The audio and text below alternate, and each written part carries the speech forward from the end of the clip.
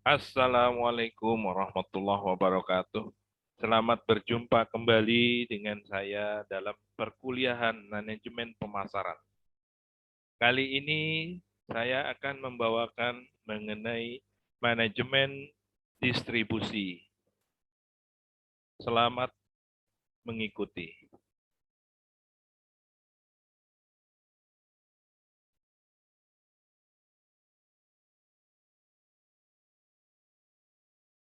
Konsep manajemen distribusi yaitu saluran distribusi, yaitu proses pemindahan hak atau kepemilikan atau kontrol produk dari produsen kepada konsumen. Dua, distribusi fisik, yaitu kegiatan yang menyangkut pemindahan produk secara fisik dari produsen ke konsumen, yang umumnya terdiri dari pengangkutan dan penyimpanan.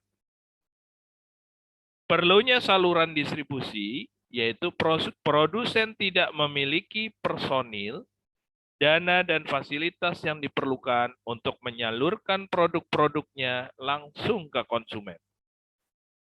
Produsen tidak mempunyai pengenalan yang dalam mengenai situasi di daerah-daerah tertentu. Yang ketiga, adanya kemungkinan untuk memperoleh manfaat yang lebih besar jika sumber daya digunakan untuk keperluan lain. Dan yang keempat, dibutuhkan adanya penyimpanan produk karena perbedaan waktu produksi dan konsumsi. Jasa-jasa saluran distribusi yaitu yang pertama pergudangan atau tempat penyimpanan produk. Yang kedua pengangkutan. Yang ketiga pencarian pesanan atau order. Yang keempat pembelian secara kredit. Dan yang kelima adalah promosi. Penetapan desain saluran distribusi terdiri dari 3 elemen. Yang pertama, panjangnya mata rantai distribusi. Yang kedua, jumlah penyalur atau intensitas distribusi. Dan yang ketiga, tugas dan tanggung jawab. Mata rantai distribusi, di mana produsen langsung kepada konsumen. Kemudian yang kedua, produsen melalui pengecer, kemudian lanjut kepada konsumen. Yang ketiga, produsen ke pedagang besar atau wholesale, kemudian kepada pengecer atau retail, dan baru ke konsumen. Barang-barang konsumsi yang sifat distribusinya intensif, jalurnya panjang. Barang-barang industri, jalur distribusinya lebih pendek atau dapat ditangani sendiri. Jumlah penyalur atau intensitas distribusi. Yang pertama, distribusi intensif. Produsen memilih sebanyak mungkin pedagang atau outlet dalam suatu daerah pemasaran tertentu. Produk dengan ciri-ciri berikut dapat didistribusikan secara intensif, yaitu dengan jumlah permintaan cukup, besar, dan tersebar. Kemudian harga persatuan relatif rendah. Ketiga, tidak memerlukan pengetahuan teknis untuk memperdagangkan atau menggunakannya. Yang keempat, sedikit atau tidak memerlukan pelayanan purna jual. Yang kelima, sedikit atau tidak memerlukan fasilitas reparasi. Dan yang kelima adalah tidak memerlukan sediaan suku cadang. Yang kedua, distribusi selektif, di mana produsen memilih beberapa pedagang untuk menyalurkan produknya. Ciri-ciri produknya adalah harga relatif tinggi. Kemudian, perlu pengetahuan teknis untuk memperdagangkannya. Yang ketiga, memerlukan pelayanan purna jual.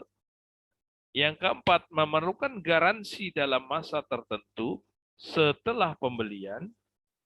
Dan juga sering memerlukan persediaan suku cadang. Yang ketiga, distribusi eksklusif, yaitu hanya satu pedagang yang ditunjuk untuk mendistribusikan produk tertentu.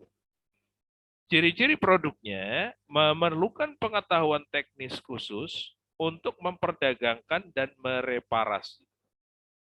Kemudian harga persatuan tinggi, kemudian juga mempunyai nilai prestise tinggi, memerlukan investasi untuk menyalurkannya, memerlukan pendidikan khusus tentang produk, dan memerlukan pelayanan purna jual.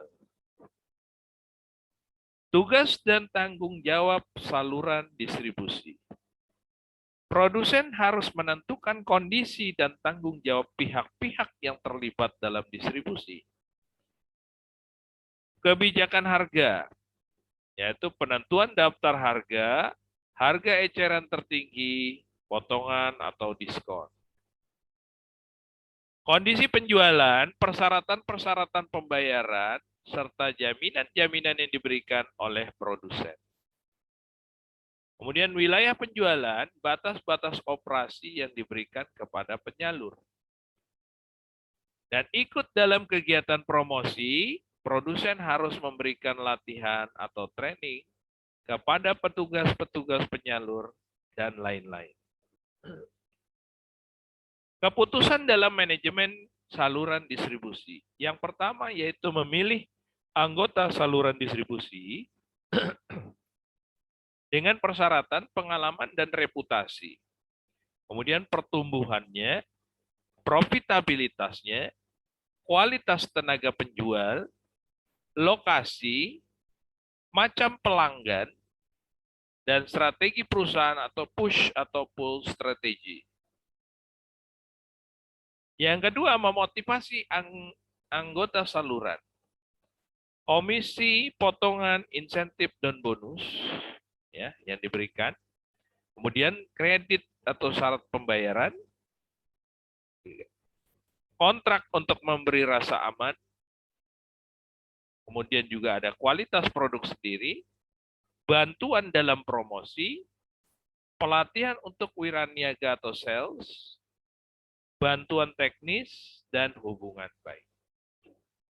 Yang ketiga, mengevaluasi prestasi anggota saluran distribusi, yaitu dengan pencapaian target atau kuota, tingkat sediaan, pelayanan kepada konsumen, kerjasama dalam kegiatan promosi dan pelatihan, penanganan barang, dan pembayaran.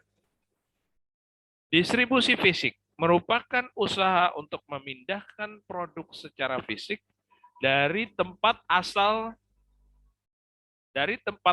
produsen sampai ke tempat pemakai atau konsumen akhir.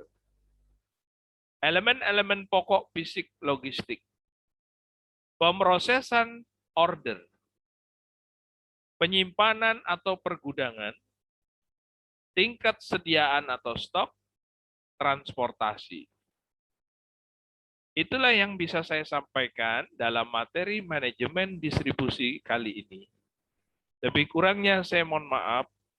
Makasih dan sampai berjumpa kembali di pertemuan mendatang. Wassalamualaikum warahmatullahi wabarakatuh.